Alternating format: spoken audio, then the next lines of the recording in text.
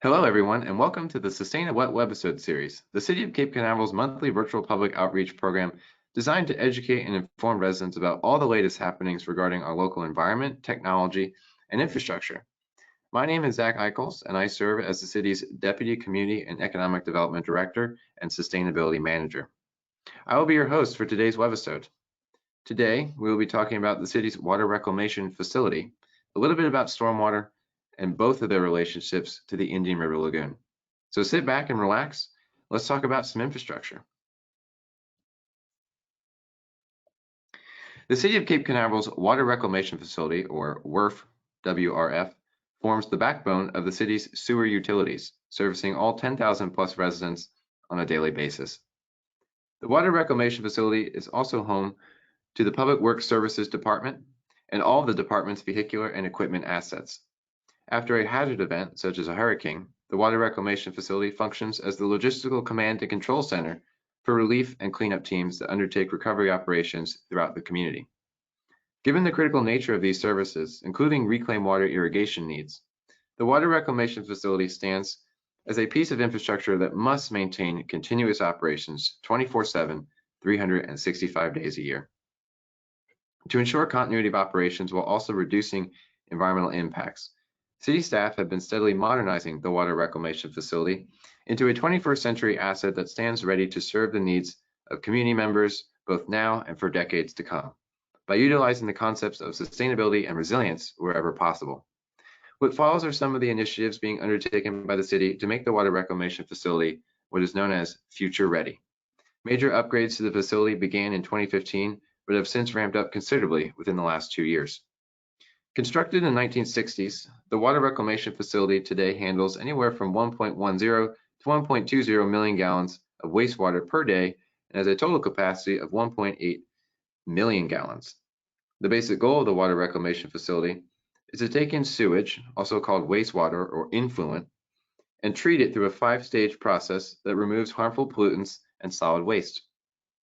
What's left is what is known as reclaimed water, or water that has been treated and transformed into a product that is clean and safe to use as a source of irrigation. This water must meet strict water quality standards established by the Florida Department of Environmental Protection, or FDEP. The Water Reclamation Facility and its processes are routinely audited by the FDEP to ensure compliance with these water quality standards. An on-site laboratory helps city staff monitor the Water Reclamation Facility's reclaimed water quality on a daily basis.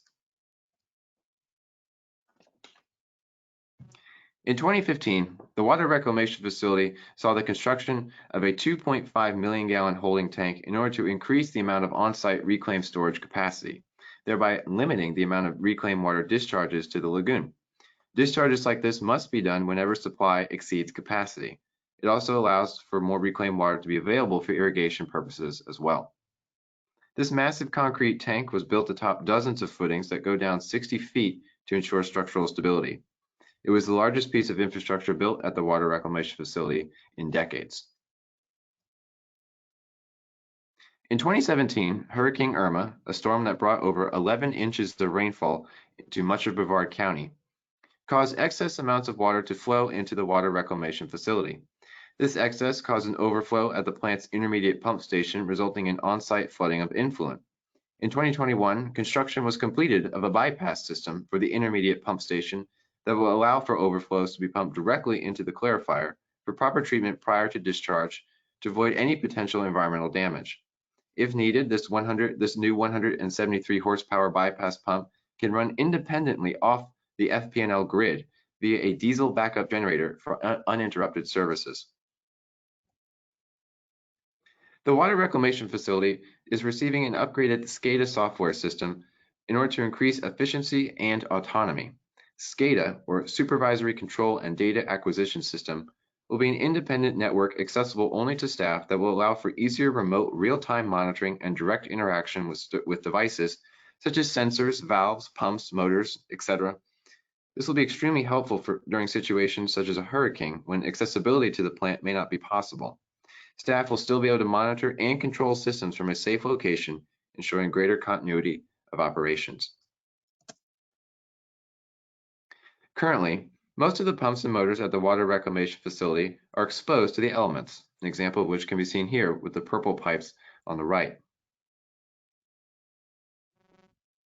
This exposure can cause to increase corrosion and subsequent breakdowns of equipment. Construction is set to begin in the near future to cover each of the water reclamation facility's pumping areas with weather-resistant aluminum housings that will be 4 feet off the ground. This will limit corrosion, prolong equipment life expectancy, and ensure the water reclamation facility's ability to continue operations in inclement weather conditions. In 2016, the city completed a stormwater improvement project that included exfiltration chambers placed under Canaveral City Park. The project included the installation of over 4,000 stormwater chambers that can capture approximately 931,000 gallons of stormwater when conditions are appropriate. Once inside these chambers, stormwater is allowed to percolate down into the underlying soil where it is naturally filtered. The contributing area of treatment is equivalent to 30.3 acres. Upon completion of the stormwater chamber installation, the park was returned to its original land use while capturing runoff and preventing it from entering into the Banana River Lagoon, a part of the broader Indian River Lagoon system. In 2019, the underground system was modified to be able to accept excess reclaimed water from the water reclamation facility so as to reduce the number of discharges into the lagoon. If conditions are correct, reclaimed water can be transferred directly to the water reclamation facility to the exfiltration system, where the reclaimed water will gradually flow down into the porous soil below and be filtered.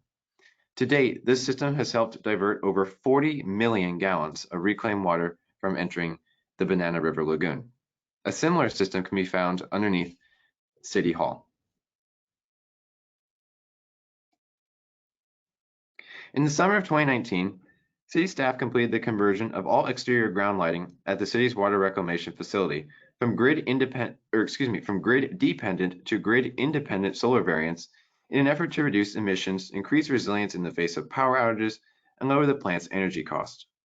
With these new lights, it is estimated that at least 5,265 kilowatt hours of electricity have been removed from the plant's monthly energy demands. This equates to a reduction of 49.2 tons of carbon dioxide emissions annually. For some perspective, the average U.S. home uses about 867 kilowatt hours per month, according to the U.S. Energy Information Administration. These lights, built by First Light Technologies, have the ability to perform dusk to dawn operations. After 3 hours of use, they will dim themselves by 25%. But if someone approaches them, they will automatically return to full brightness. Each unit's head can be independently monitored through a plant operator's smartphone and alert city staff to issues should they arise. In March 2020, Public Works Services staff began installing semi-permanent flood barriers at the water reclamation facility. These removable aluminum barriers are 42 inches wide by 36 inches tall. When a flood event is predicted, these barriers can quickly be put into place via mounting racks set on either side of doorways. The barriers are then tightened, creating a watertight seal. Each door's barrier can be deployed by as little as one staff member in under 30 seconds. This will take the place of sandbagging operations that normally take hours, allowing for more efficient storm preparations throughout other areas of the city.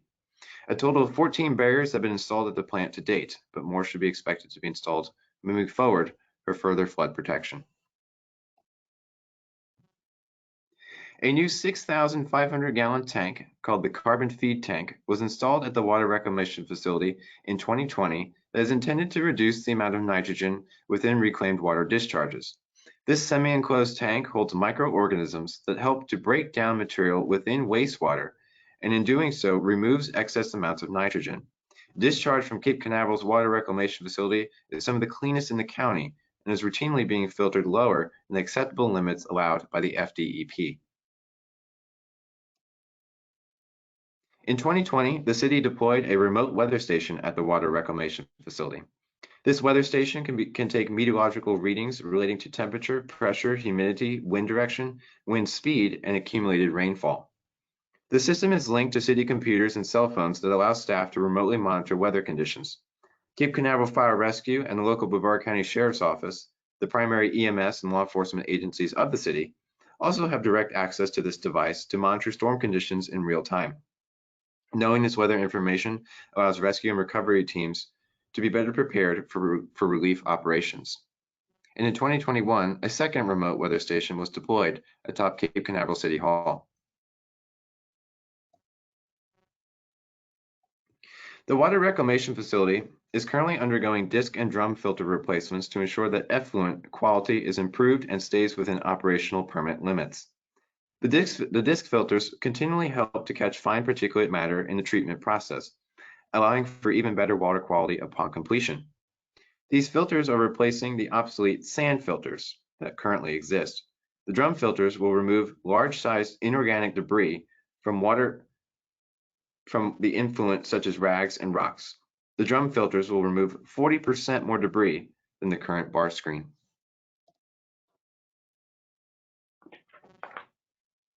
And finally, within the water reclamation facility's grounds are 2 stormwater ponds. A total of 3 floating vegetative islands, or BMATs, sit atop these ponds, housing aquatic plant species that continuously remove excess nitrogen and phosphorus from the ponds via their roots. An additional mat can be found at nearby Manatee Sanctuary Park, which is actually seen here in this photo. The plants are regularly harvested so it can be determined how much nutrients the plants have absorbed and therefore removed from the system. The last annual report given to the city in April 2021 stated that in total, over a 1-year period, all of the city's BMATs removed 63.36 pounds of nitrogen and 10.56 pounds of phosphorus from the environment. And with that, we come to the end of this month's webisode. If you have any questions regarding what you've seen here in this webisode, please feel free to email me via the email address shown here. Additional helpful links can be found in the video description below, including a virtual tour of the water reclamation facility, which I highly recommend. Be sure to subscribe to the city's official YouTube channel and hit the bell so you can get notified for all the latest SustainaWhat webisodes. In the next webisode, we'll be taking a look at solar energy and how the city is utilizing it to lower its emissions and utility bills, increase resilience, and lower its overall environmental impacts. Once again, I'm Zach, and I hope you've enjoyed this content. Thank you for watching, and have a great day.